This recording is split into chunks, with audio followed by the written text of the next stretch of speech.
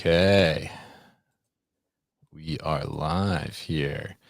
All right, so we are live with the New Warehouse podcast, and today, man, we got a really exciting day today. I've been trying to get this guy on the podcast for like a year now, I think. So he's finally ready. So we got him on here. And I think that we got an exciting day to get him on here because he's launching or making the big announcement about his company today, and we'll talk a little bit about that. But I'm going to be joined by Keivan Shahida, and he is the co-founder and CEO at Response. Right, and if you're watching this live right now on February 6th, 2025, this date will live on in infamy, I think, right? For Response, right? You guys are all over the feed today, right? With everything. So first off, congratulations certainly on the big announcement today, and welcome to the show. How are you feeling? Well, first off, thank you for having me, Kevin. And yeah, Kevin's been chasing me down, but I was like, we got to get on the pod with a bang. We had to time it up with the launch. So I was just like, please be patient with us.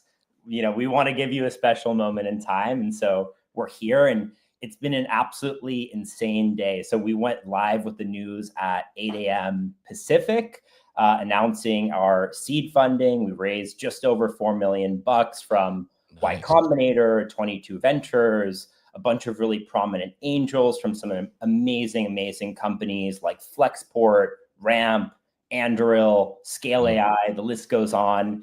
And it's just a moment to celebrate. We've been heads down for a while, spending a lot of time, boots on the ground with customers, flying around the country, spending time in warehouses, really just trying to listen, get feedback, move quickly, and build something that people want. So it's an awesome day, and super excited to be here.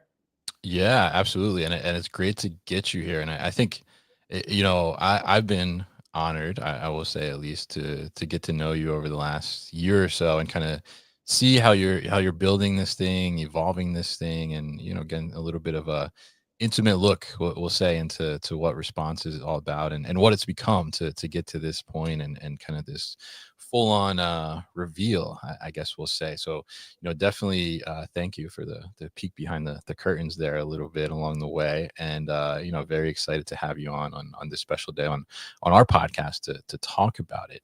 So, let's talk a little bit first here, and actually let's do this first. I will say, because people probably seeing this on LinkedIn too as well, right? You got a little special something going on for people today in the industry, and I think you have yours on, right? But you had these awesome vests made for people in the industry, in the warehouse. I got mine here. Mine's on high vis, right? So I'll rock the high vis. I guess you rock the other side, right? Reversible, but we got it customized here, right? Response logo, the last name, right? Doesn't get any better than that. And this thing is warm too. I was telling him before we went live here, I was in a freezer this morning, and I could have used it then, but I just opened it an hour ago, so I missed out on taking advantage of that. So we'll throw that on here. We'll get in the full on mood before we dive into this topic and talk to you today. But really amazing. I don't know what they call this in the marketing world. Activation, is that what they call it these days, right? I guess, yeah. So amazing. Seeing a lot of really great unboxing videos with this. I think a fantastic idea to get the word out there. I'm putting my vote in for Nicholas over at Pacquiao for best video so far. But we'll see what else comes out today. So really great to get you on, as I said before. And let's kick it off here. Let's talk a little bit, because I think over the last few months, especially, I've seen you've been talking about the problem in a sense, right? And we'll talk about what Response is and what Response is doing. But I think it's important that we understand this problem that you're tackling, because I think it's a problem that people they feel and they see, but it's just kind of like maybe an accepted way of life in some circumstances. Mm-hmm. So let's talk about the problem. Why don't you kind of define the problem around this idea of indirect spend, which you talk about. So, so maybe first define indirect spend for people that maybe are not familiar with that as a procurement term, or what that exactly means. Yeah, definitely. So indirect spend really is all non-sellable goods that businesses need to purchase. So this can be everything from packaging to maintenance supplies to marketing services. The list goes on. I mean, the analogy that we like to use is, if you're Warby Parker, Mm, your direct spend would be the glasses themselves, right? It's the product that you're selling, whereas your indirect spend would be all the other things that you need to purchase to run the business. And now, when you start off and you're a small business, maybe you're a 3PL running a single warehouse, you'll just go to Uline, you'll go to Amazon, a lot of the usual suspects. You'll buy what you need because mm, you're just trying to get stuff done. But as you grow, something that in the early days you don't really think about, it starts to grow as a main expense for the business. And so you go from that mm. single location to many locations. Now you're not spending thousands of dollars on these supplies. You could be spending easily millions of dollars of supplies. And what we found is Wow. indirect spend typically consumes about 10 to 15% of a business's revenue. And in the United States alone, conservatively, this type of spend, we're talking about hundreds of billions of dollars in terms of order of Oh magnitude yeah. spent on everything from, again, packaging to equipment to maintenance supplies to cleaning supplies. You walk into any warehouse, you look around, you're basically looking at indirect spend everywhere you look, with the Yeah. exception of the products that are in the boxes themselves that are being shipped out. So it's just a tremendous amount of spend.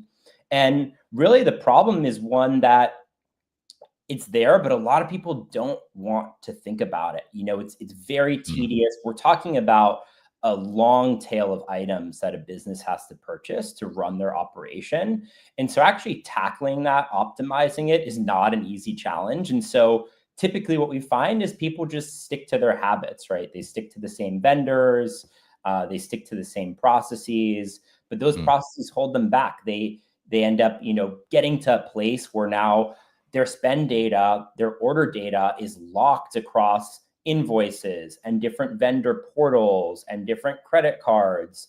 And if they want to understand what they're even purchasing in the first place, that is a huge task.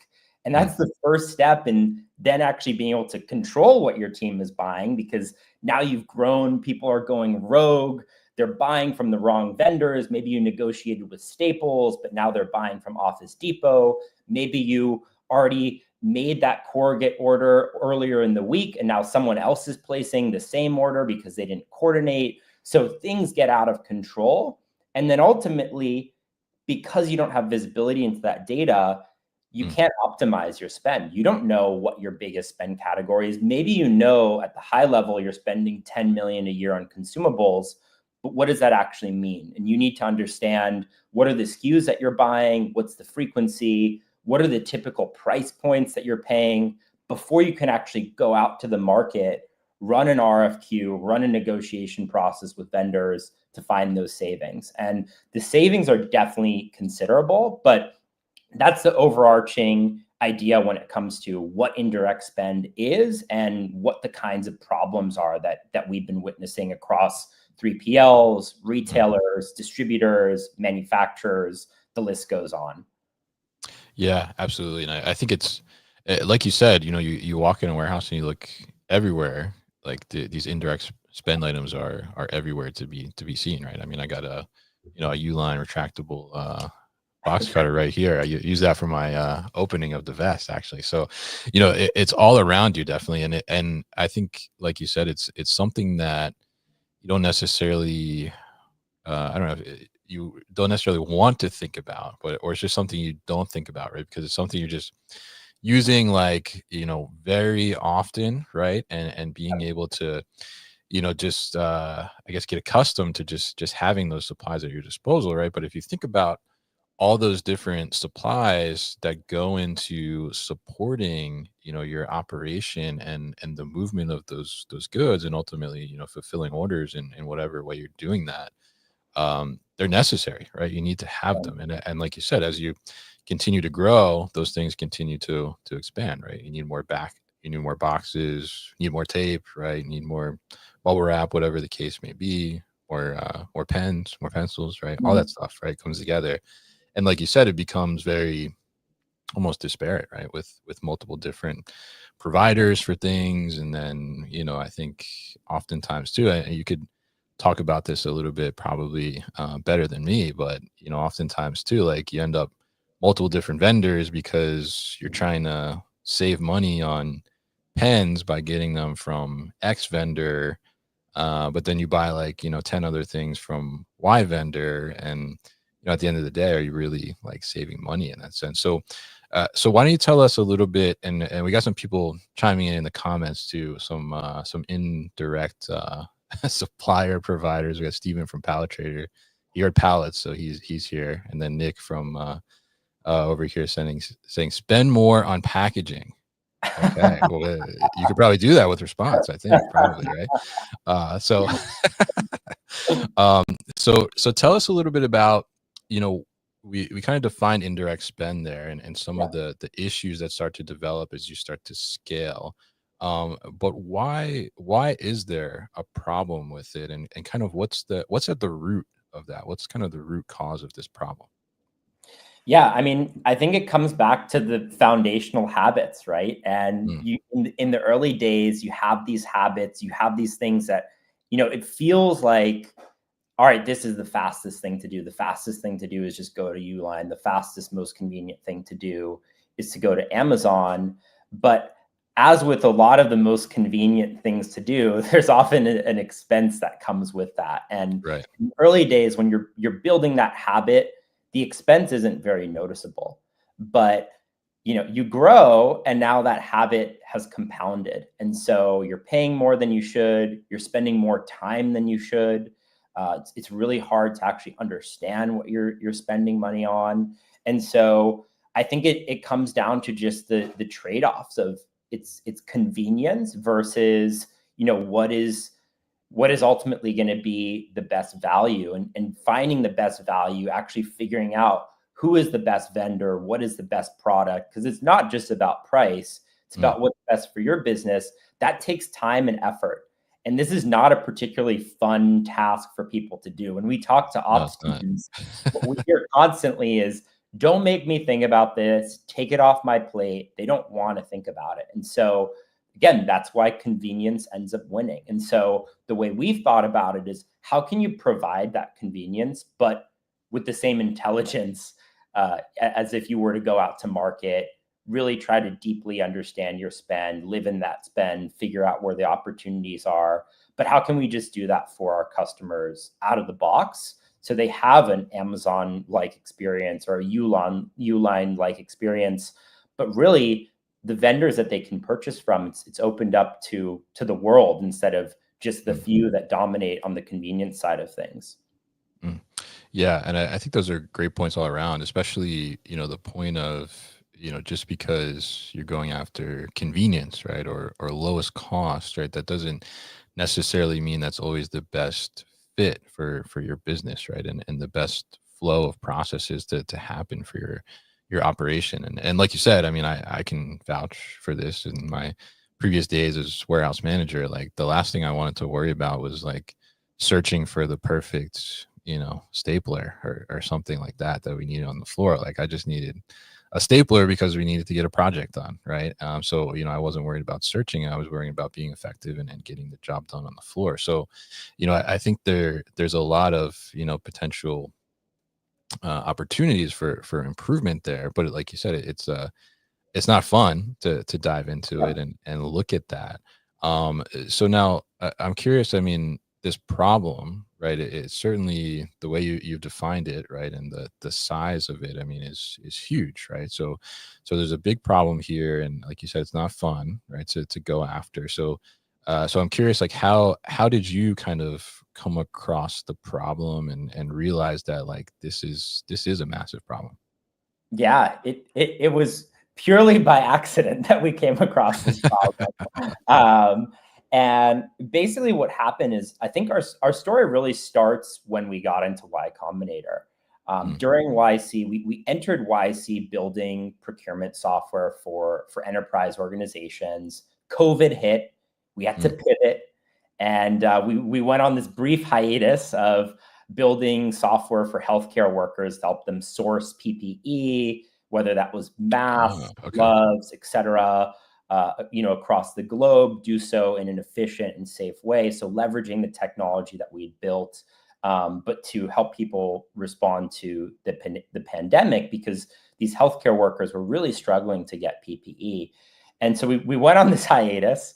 We were kind of in over our heads. We didn't know much about healthcare, but we knew a lot about Mm, procurement. We'd spent a ton of time with procurement teams. At that point, we probably worked with, interviewed hundreds and hundreds of procurement teams and operators across a variety of sectors. And we kind of got lucky. And that towards the end of the pandemic, as customers were using this product that we'd built to help source PPE, we actually had quite a few warehouse teams using us. And mm. it all started one day when we were working with the team at this company called Feather, another YC-backed company. And they said, hey, our warehouse team has been using you guys to buy PPE, masks, gloves, cleaning supplies. And it's been such an amazing experience. Can you help us just buy everything else? We don't want to have to think about stuff. Can you Yeah. literally take it off our plate?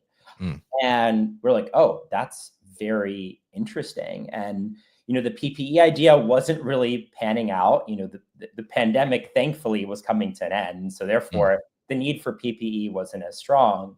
And so we found ourselves at a really interesting moment in our journey where we'd learned a ton from the ideas that we tried, but in order to actually take this head on, we knew we would have to go back to the first principles, really deeply understand operators within supply chain, understand the core of their problem, understand their world.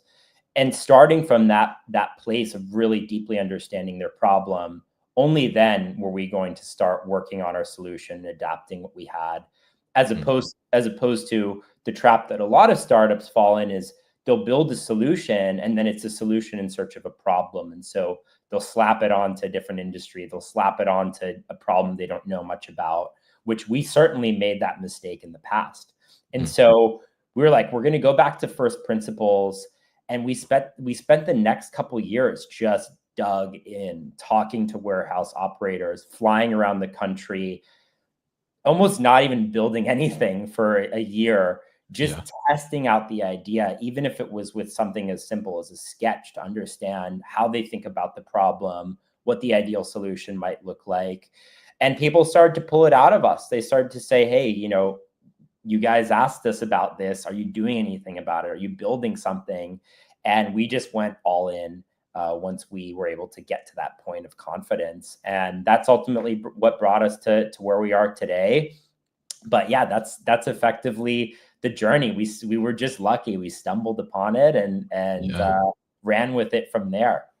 Yeah, yeah, I think that's great, and I love the journey there, and I've gotten to know you over the last year or so now, and I can see that your approach is incredibly thoughtful, right? I mean, it's very methodical, thoughtful, and I'm not surprised to hear that you just took a year basically just to research and figure out like what are the issues here, what do people need help with, what are the solutions, because you had a little bit of a string to pull on there a little bit, but like how do we really flesh this out and make this a good service and solution for the industry. And I think that's really great to hear, because that you're coming to market now, and I mean you kind of been in the market already a little bit, right? You have customers and everything already, but you're officially coming out party and all this stuff, right?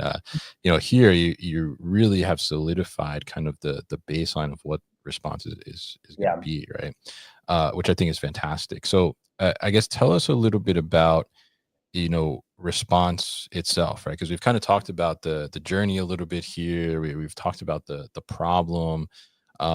Now, what exactly is Response?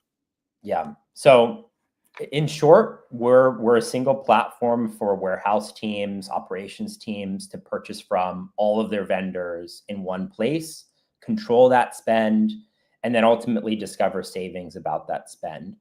And so when it comes to that convenience piece, the first challenge we had was how can we get someone's vendors, someone's products all in one place Mm, without the typical schlep of a procurement platform where you got to reach out to the vendor, you need to get a product list, you need to import it, you need to manage that catalog. It's a very manual process. These procurement platforms essentially turn their customers into data entry clerks. And so mm, our idea mm, was, okay, to give people that convenience and that magical experience, we're just going to have to invest in building integrations with the top 100 industrial, business, packaging suppliers so that we can make it as easy as a single click, just connecting mm, your account. And automatically out of the gate, we have access to your purchase history, your pricing, the logistics and payment details are maintained. And so you're able to get up and running with Response in theory in less than 30 minutes, as opposed to wow. a Yeah. typical procurement platform where it could be weeks, it could be months of implementation, meeting with different sales teams, customer success teams, et cetera. So that was the first piece, was we need to get everybody's spend in one place, make it really easy to buy from those vendors. And if it's a vendor that we don't have, we had to build out purchase order management. So if it's a vendor that doesn't even have a website, what are you supposed to do? Well, typically you're emailing them, you're calling them, etc. Mm, So we took that same online shopping like experience and we applied it to purchase orders. So our customers are able to work with their vendors directly on Response. And for operators, it feels like an online shopping experience. The only difference is that when they check out, a digital purchase order is being sent to their vendor and it's routing to the okay. correct rep with the correct pricing. All of that just magically flows. And that communication is kept within Response. But on the vendor side, we understood this can't take any more effort than an email. And so we made Mm, it super easy for them to manage purchase orders in Response. And the feedback we've gotten from many of them as we've iterated on that product is that it's actually easier than what they were doing before. So that's the first piece, is just centralizing their spend. The second part is control. So mm, once your products are in one place, you have visibility into that spend, whether it's orders or the exact products your team is buying. Really what teams wanted to start doing is controlling what they're buying. And so back to the example I mentioned before with, we've negotiated with Staples, but someone's going off contract and buying from Office Depot. With mm, Response, we built these really powerful granular controls that allow teams to just essentially say, all right, Kevin is in operations in Atlanta. Here are the 30 SKUs that he's allowed to buy. And mm, you know what? Kevin is really junior. And so we're not going to allow him to go off of this list. And when you get promoted, all right, Kevin can do a little bit of shopping, but maybe we want an approval first. And all right, you get promoted again. Now you can start shopping across the market and controlling your team's spend and what they can actually buy. And so effectively, it's almost like admins can now go in and build a personalized store for their team. Where if I'm an operator, I go in, I've done my hand counts on the floor and just like click, click, click, check mm, out. And we're placing that order across all your vendors in one checkout flow. So there's no more what's the Uline login or pinging someone mm. else or cutting a PO with a Google Doc. It's just all done in less than 5 minutes.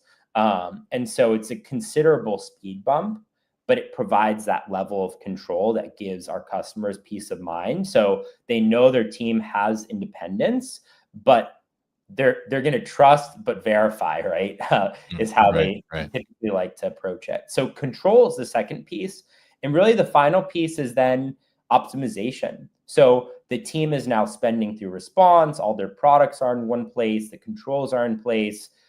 After 3 months, now they have a really clear picture of, what they're buying down to the SKU level. They can splice and dice it by buyer, by location, by vendor. And so it becomes really easy for them to identify those low-hanging fruit opportunities. All right, we're spending, 30% of our consumable spend is on this one SKU. Or wait, we're buying these 5 SKUs that are very similar. We should probably consolidate them.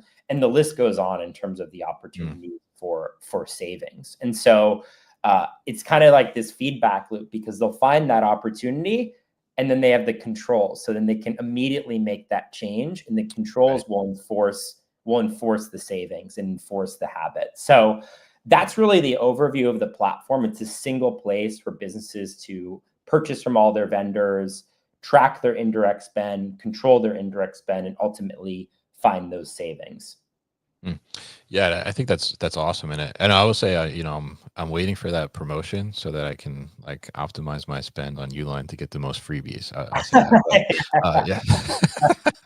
Yeah, exactly. But I think the idea behind it, right? And I remember the first time we connected, and you kind of told me about it and showed me like a little demo of what you're working on, like when you first started, saying that, okay, well, we're going to take, multiple vendors and put them into just one place, right, to order from, and, not have to go and order these 3 items from Zora, order these 3 items from Amazon, order these 3 items from Home Depot, whatever, et cetera. And that, I think, was just a big unlock for me of like, oh, the potential here for response is big, right? So Yeah. I think that, how you're doing that and going about that and streamlining this, and like, most importantly, like you said, that control as well, right? And I think that it hits home for me a little bit. I know, I think you you saw my newsletter I sent out last night. I shared this little story of this contentious relationship, I will say, I had with a procurement person in my past, and we were always like butting heads on, like I was a assistant plant manager in the warehouse. Something came up, like, okay, we need this, like I'm just firing off an email, like, give me a ruler, right? I think it was the example I used. And they're like, well, what kind of ruler, right? And I'm just like, ruler, 12 inches, like, ruler.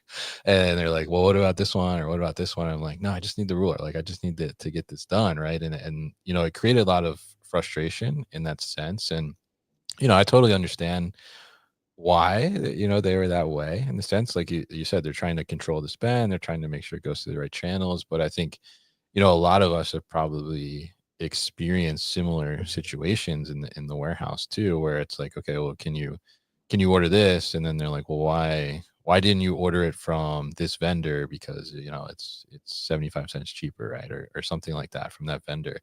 So bringing that all together, I think, is like a huge benefit, to not only having that control from the procurement side, right, but from the warehouse, the operations side. It takes that headache away in most cases, I would imagine, right? Where, like we said earlier, it's like, well, I'm worried about, getting my shipments out today. I'm not worried about, like, getting the right tape and, making sure I have this and that. Like, how do we streamline that? How do we make that go? And I think that overall makes the process the process in the business, like, just move forward more efficiently, right? And more effectively. So, I mean, tell us kind of what you've been seeing. And I will say too, for anybody that's tuned in here and watching, if you have questions about response or what we're talking about here, feel free to leave a comment, and I'm sure Keivan's happy to answer here as well. So, tell us a little bit about, from a customer perspective, because you've had a couple customers already as you've been building this and evolving it. What are some of those benefits and the wins they've been getting? Yeah, it's been pretty amazing. So Mm, recent conversation I had with the team over at Nimble Fulfillment. So mm, Sterling Westfall is the director of operations there, 3PL based in Salt Lake City. They're an early customer of ours, amazing customer, amazing business, amazing team. Before response, ordering was just a complete hassle for them. In fact, it was such a hassle Mm. that for the managers of each department, they just decided we're going to have an ordering day, because placing all these Oh yeah. orders, dealing with them separately, it was just such a schlep with the tools that they were using, because it's not just placing the order, it's also, well, accounting needs to make sure that this is coded correctly. We need to make sure, we're using the correct payment method, payment terms, etc. There's so many other pieces to it. And so it got to a point where it was so bad that each manager was taking over an hour just to place these orders. And Wow. they had, half a dozen managers that were doing this every other week. And so it was just draining a ton of time. And these weren't junior employees, right? These were Mm. managers, because again, they couldn't trust just anyone with the Uline login or the Yeah. Amazon login. And so even though this is a pretty junior task, right, that isn't very strategic, because of the information that they needed access to, they had to give it off to a manager to handle it. And so it was just a complete hassle for them. And so it created a bunch of issues as well with overstocking and cash flow, and that managers didn't want to be placing these orders. And so they would over order intentionally, which just created a bunch of complications downstream when it came to accounting and figuring out, all right, we bought 20,000 boxes, but we used X number this month and Y number that month. And so what we ended up learning was, on the ordering side, once they implemented Response, they went from something that was taking a manager an hour to now something that takes them less than 5 minutes. And the Mm. managers don't even need to be the ones doing it anymore, right? They've been able to delegate that to more junior members. And so the time savings on that front was at least thousands of dollars a month just for a single facility, right? But what we ended up learning in talking to him was, it wasn't just the time savings on the ops side. On the accounting side, they were taking about 2 days at the end of every month just trying to track people down, Oh wow. figure out, why did we buy this, who bought it, all that line item data is locked away in different vendors, and just trying to code it correctly was taking them a ton of time. And it was something that previously it took them 2 business days worth of work, and they've gotten that down to now 30 minutes to an hour thanks to using Response. Not Mm. to mention, before it was such a hassle that people were going off and just buying whatever they want, going rogue. They had a process, but the process wasn't actually enforcing Yeah. anything, right? It was a slap on the wrist if you went off those guardrails. And so they went from a place where about 50% of their transactions were quote unquote rogue, where people weren't going through the compliance processes they'd laid out, to now less than 1% today is rogue as a result of using Response. So it's Mm. been tremendous time savings for them. It's given them visibility, it's given them control. And so they're just able to focus on more strategic things. And the price they're paying for Response is paid many, many, many times over when it comes to the value that they're getting out of it. And that's just from the time savings alone. That's not even getting into the potential savings from analyzing their spend.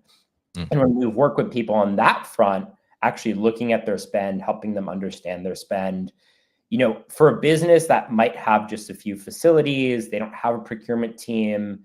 Often they're just buying from Uline or one of Uline's counterparts. And what we've found on the savings there is, it's easily double-digit percentage savings once they have a Mm. clear picture of what they're buying, and then they're able to put that out to market to get some bids on it. So yeah, it's tremendous savings across the time, across the money, and also just across now actually having visibility into what's going on. So they're not having to worry about anything. Yeah, yeah, that's incredible, and I think that it's just kind of a testament to how much is happening with getting these eyes and these items in the indirect spend category, and how much opportunity there is to improve upon that. And I can totally relate to what you were saying. There was an issue, and uh went through the same thing, right? Got my, our management team, we got our hand slapped by procurement there, and we got forced to all be on an ordering day, right? Because one manager would see that we're out of trailer seals, so they'll like send a request for trailer seals, and then they didn't deliver yet. So the next day, somebody also sends requests from trailer seals, and procurement's like, so and so already ordered this, right? And so I mean, you have kind of those issues, and then you have the people going rogue, like you said too. I mean, I think that's a huge issue as well, and oftentimes it's because you don't have this way of streamlining, or even having that control that you mentioned earlier, which becomes really important to be able to do that. So I mean, it's really incredible how you've gone about and really picked apart and kind of peeled back all the layers of this problem, and really understood how not only is this an impact to the procurement team, right? But it's also an impact to the operators in the warehouse. It's an impact to accounting, as you mentioned. It's an impact to the business as a whole. And I can see where you mentioned there for some of the smaller companies, right? That maybe they have one facility, two facilities. They don't necessarily have a full on procurement team. They're just kind of figuring it out themselves. And we have a lot of like boutique kind of 3PL fulfillment centers that tune into the podcast too. So, I mean, for them, do you see response as kind of like essentially being their procurement team almost? Yeah, and that basically gets into the future of what we're most excited about. Like, Okay. launch day has been super exciting, but the thing I've been even more excited about is what's coming next for us. Yeah. And the answer is yes, right? The answer to your question is yes. When we meet with teams, again, what we hear constantly, whether it's someone that has a single facility or even people who have dozens of facilities that we've met with and who are customers of ours, they constantly say, I don't want to think about this. Mm, Like, take this off my plate. And it's something that I think there's an opportunity there for us, in that, we built this software platform. We have a deep understanding of what people are buying. We have a deep understanding of the guardrails they want in place. We have a deep understanding of their buying behaviors. And so there's no reason why we can't take things a step further. And so our vision here really is, we want to build a digital procurement officer for indirect spend. That's not what we have today, which is why we mm, have been pitching that. We don't want to overpromise, but bit by bit, our roadmap has effectively been looking at the set of responsibilities in the job description of a procurement officer and picking off those bullet points one by one.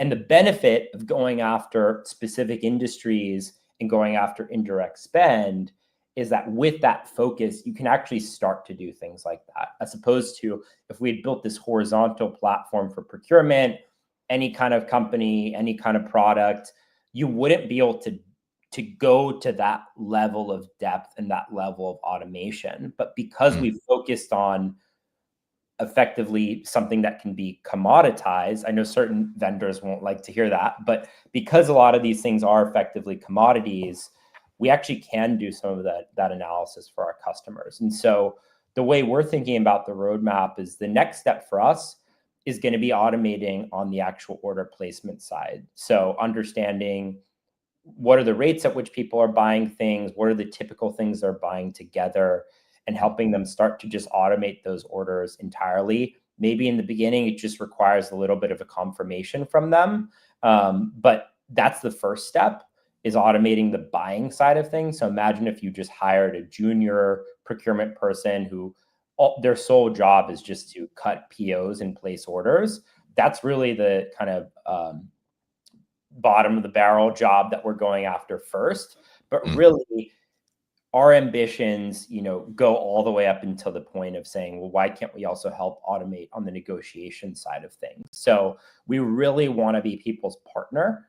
And when we think about what we built, our customers don't want more software. They don't want to hear about our features. They just want results, and they Yeah. don't want to have to think about it. And so that is informing our roadmap, where we're focusing on things like, what is the time to value? How do we take all of the work off their plate when it comes to onboarding? How do we make the ROI super clear and make them confident in that ROI before they even sign up, right? And just take care of as much as possible for them. And we've reached a point where technology has been advancing so much, and we've built this foundational platform that for the first time ever, we actually can deliver on that vision that we've been dreaming about for so many years. Mm. Yeah, yeah, and I love that that roadmap and the look at it in that perspective. And I think, I mean, I think you totally get it at its core is that we don't want to think about this, right? I mean, it's like I don't want to think about whether I have enough pens at my pack stations or whatever the case may be, right? Like I just want to essentially take it for granted that they're always going to be there and they're always going to be the right ones and they're always going to be where they need to be. So I mean, looking at it from that perspective and saying like, let's just do this, and so you don't have to do it, right? I mean, the title that we titled this, right, taking procurement off your plate, right, is essentially what you're talking about there, and being able to do that. So really excited to see that evolution and what's going to happen there. So now from a vendor perspective, I think maybe we should touch on this because Nick in the comments here said like from a vendor perspective, it's super helpful as well, referring to response. So tell us a little bit about that because we do have vendors that listen to the podcast too. So tell us about how do they get in on the response action maybe too. Yeah, there's definitely a lot of opportunity for vendors. I think as you think about, a lot of what we're doing is just improving the communication and the efficiency of communication between buyers and their teams internally, and then buyers and sellers, right? And so we've been focused on the buyer side, but really the byproduct of that, when you think about things like this digital purchase order tool that we've built, is we've actually built a more efficient form of communication for the vendors as well, Mm, where someone like Landsberg, who their sales reps might be using the platform before. If a buyer wanted to buy something from them, they would manually create a PO. Maybe they would just send an email to their sales rep. But then there's a bunch of things that are happening behind the scenes once the sales rep gets that order. They might be sending it to customer service. There might be other steps involved. And so we're already starting to help automate on the vendor side where, all right, you place that order, we're going to send a digital PO to the vendor. So the terms are super clear. If there's any price discrepancies or discrepancies around the quantities or delivery dates, the vendor is able to specify that in an unambiguous way, and it throws it back to the buyer for approval where necessary. And then once that order is approved and placed, it's routing it to the correct people internally within that vendor. So that, all mm, right, it's not just going to the sales rep, it's also going to the corresponding customer service rep. And for that region, that buyer is being shown the correct pricing, it's routing to the correct rep, it's routing to the correct customer service rep. So all these little steps that compound, we're starting to help automate. And teams like the team at Centric Packaging, have definitely been on us for for wanting to build out more there. And there definitely is a ton of opportunity there. I think there's a lot of opportunity when it comes to building tooling for vendors themselves, saying, all right, how can we give this digital purchase order experience to the vendors to offer that level of ordering experience to their customers? And of course, as we build that out more, we'll be able to give people like Nick and his team the ability to manage their own catalog within Response. And so if you want to onboard a new customer, it just takes a single click to do that, and we're able to collect everything in a really streamlined way. So there's a ton of opportunity there. Focus is the name of the game in startups. Startups can only solve one problem well at any given point in time. And so for mm, us, we've been laser focused on the buyer experience and the extent to which helping sellers help streamline the buying experience. We've branched out there to work on those challenges. But as we grow and we're able to hit the next milestones and expand our team, we 100% want a team that's focused on the seller experience and building those tools out, because there's a huge opportunity there. And for us, there's a huge opportunity in terms of the flywheel effect that it could create in bringing more vendors on, who bring on more buyers, who bring on more vendors, so on and so forth. Mm. Interesting. Yeah. Yeah. I love that. And I love that you're thinking about the entire ecosphere essentially of this process, right? It's not only from the buyer's perspective, and I think, I think this it's right to be laser focused on the buyer's experience first, right? Because that's going to get, the users on board, and then work on the vendor perspective as well. And I think it's just going to overall help to streamline the industry in that way on both sides of the table, essentially. So really interesting there, and thanks for that comment, Nick. Appreciate you chiming in. If you guys ever seen our little branded boxes at the trade shows, those come from Nick, actually. So need some more of those, Nick, actually, if you want to send me some. So and then we have a question here from Christina. What are the biggest challenges in managing multiple vendors on one platform? Okay. So I mean, essentially, you guys are making it easier to manage multiple vendors, but are there any challenges in doing that in one single stream? I mean, if I'm understanding the question correctly, yeah, this is what we make. This is what we make easy. Yeah. Traditionally, there would actually be a lot of issues, because most traditional procurement platforms, if you look at the companies that were built 20, even 10 years ago, as soon as 10 years ago, um, with a lot of them, there's kind of two paradigms. One is uh, these kind of managed catalogs, where, let's say I want to work with someone like Centric Packaging as the example here, because they asked the question, as a buyer, I need to reach out to Centric. They need to send me a list of all the products that I buy, the prices, and that's a CSV that I then upload to this procurement platform. But then naturally, prices change, products go out of stock, products are discontinued. And so it becomes a massive problem, because you're not just working with Centric, you're working with dozens of other companies. And so you ultimately then need a catalog manager Mm, internally. And if you look at really large companies with thousands of employees and they have an extensive procurement team, typically there is a person they have to hire whose sole job is just managing that catalog and making sure that it's cleaned up, which just is not the best use of people's time, right? mm, It's super manual, super grindy. So that's one paradigm. The second are these things called punch out catalogs. Punch out catalogs, again, super antiquated technology. Effectively, what they are is they're these custom one off integrations where, let's say that the new warehouse has signed up for legacy procurement platform X, and they mm, want to start working with Uline or Amazon through a punch out. Typically, what they're going to have to do is they're going to have to build an integration. So they have to hire consultants, they have to spend a ton of time and build off a one off integration. So it's not like a plug and play thing that, like, this procurement platform has built one punch out and therefore any company can access it. No, like, every time a new company wants to work with vendor A, they have to rebuild that integration just for them. And mm, the experience of it is incredibly clunky.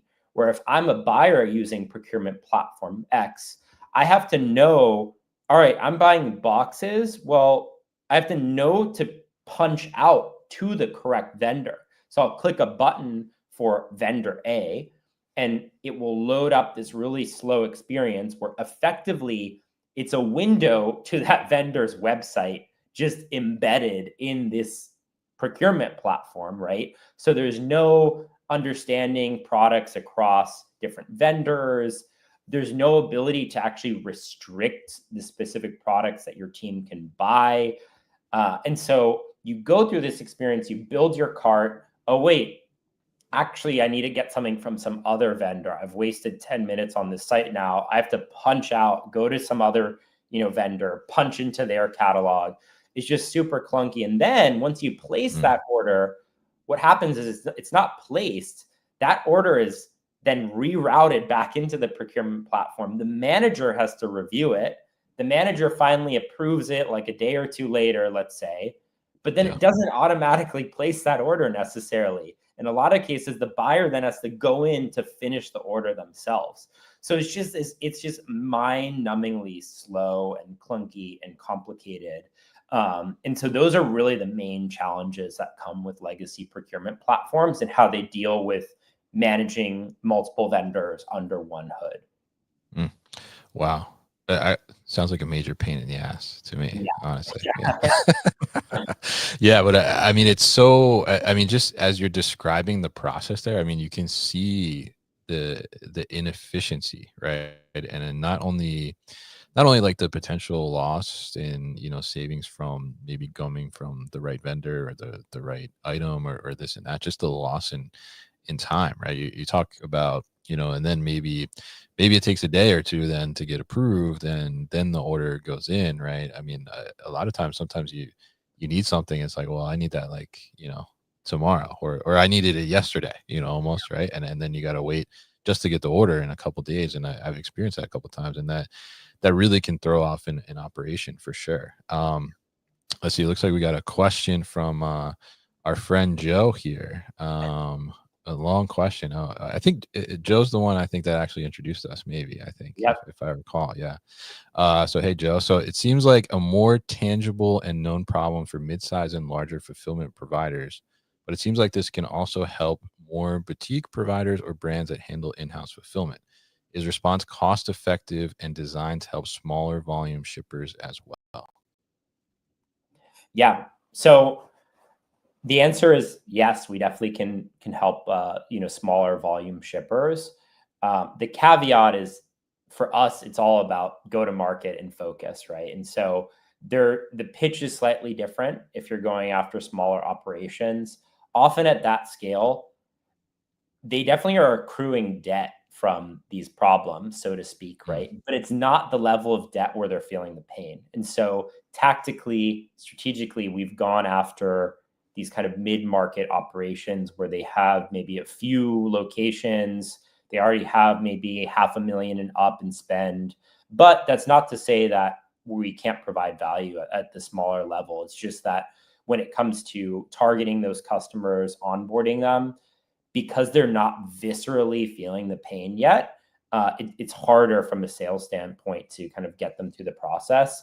I think in order for us to get to a level where we can service those customers, a lot of them, they are looking for the easy button for procurement, right? They mm, effectively want a Costco business pricing section within Response where for the top 1,000 SKUs that you need to purchase as a 3PL or small operation, it's all pre-negotiated. You go in, click, check out, done.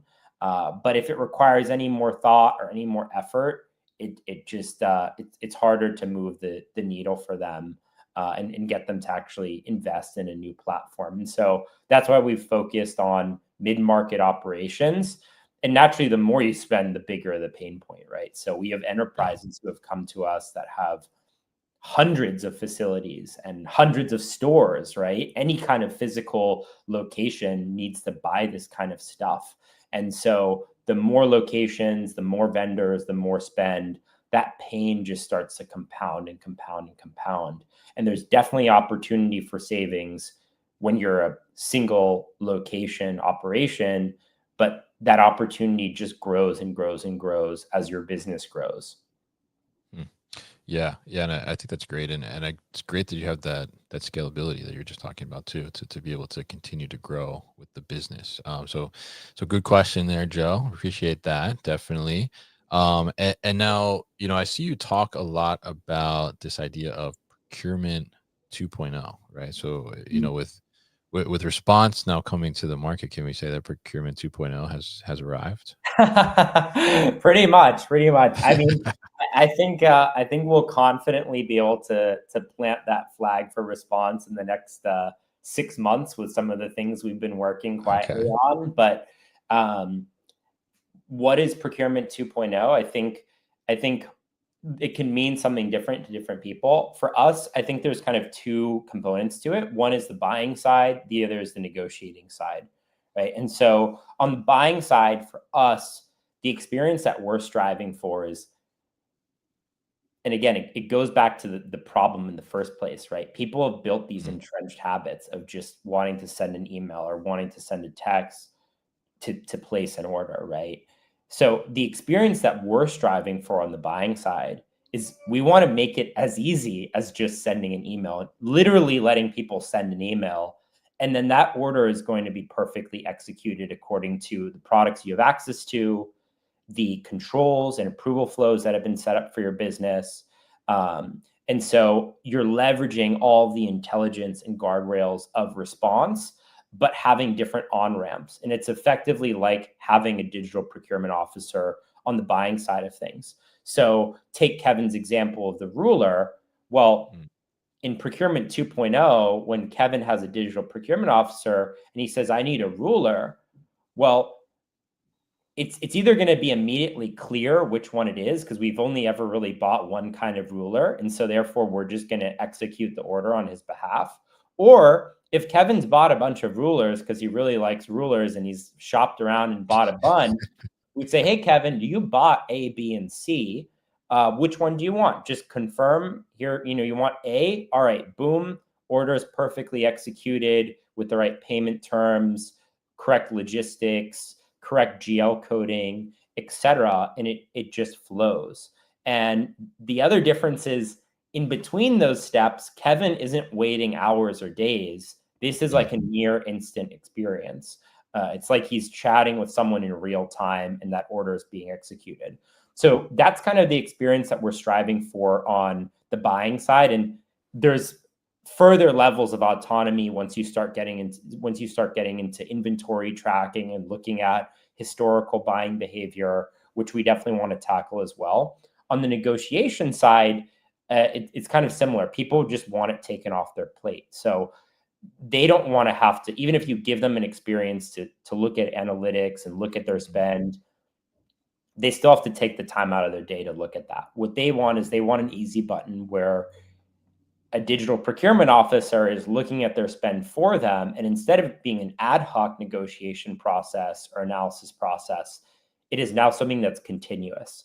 So we're actually monitoring what they're buying. We're monitoring trends in the market, really trying to understand their buying behavior to find them savings, either because of some broader market trend or because their volume has gone up or there's opportunity for consolidation in the kinds of products that they're buying.